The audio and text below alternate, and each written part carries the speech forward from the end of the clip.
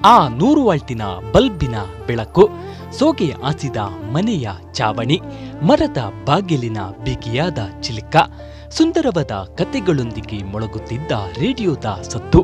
3-4 ಪರ್ಲಾಂಗು ದೂರದಲ್ಲಿ ಕಾಣಸಿಗ್ತಿದ್ದ ಒಂದೊಂದು ಮನೆಗಳು, ಒಂದು ಕಡೆಯಿಂದ ಇನ್ನೊಂದು ಕಡೆಗೆ ದಡ ಸೇರಲು ಹಾಸಿದ ಅಡಿಕೆ ಮರದ ಪಾಪು, ರಾತ್ರಿಯ ವೇಳೆ ಗುಣಗುಟ್ಟುತ್ತಾ ಇದ್ದ ಕ್ರಿಮಿ ಕೀಟಗಳ ಸುಮಧುರ ಸಂಗೀತ, ಗದ್ದೆ ನಾಟ್ಯ ವೈಭವ, ಮೊಬೈಲ್ ನೆಟ್ವರ್ಕ್ ಇಲ್ಲದ ಕಾಲ, ನಾನಾ ತರದ ಗ್ರಾಮೀಣ ಆಟಗಳನ್ನು ಆಡಿದ ಕ್ಷಣಗಳು, ಹಲಸಿನ ಹಣ್ಣು, ಮಾವಿನಕಾಯಿ, ಕಾಡು ಹಣ್ಣುಗಳನ್ನೇ ತಿಂದು ಹೊಟ್ಟೆ ತುಂಬಿಸಿದ ಜೀವನ, ವರ್ಷಕ್ಕೊಮ್ಮೆ ಜಾತ್ರೆಯಲ್ಲಿ ಕೂತ ಮರದ ತೊಟ್ಟಿಲು, ಅಪರೂಪಕ್ಕೆ ತಿಂದ ಬೆಲ್ಲ ಕ್ಯಾಂಡಿಯ ಸಿಹಿ ಸವಿ ನೆನಪು, ಗುಡ್ಡೆ ಕಾಡುಗಳಿಂದ ಹರಿದು ಬರ್ತಿದ್ದ ನೀರು,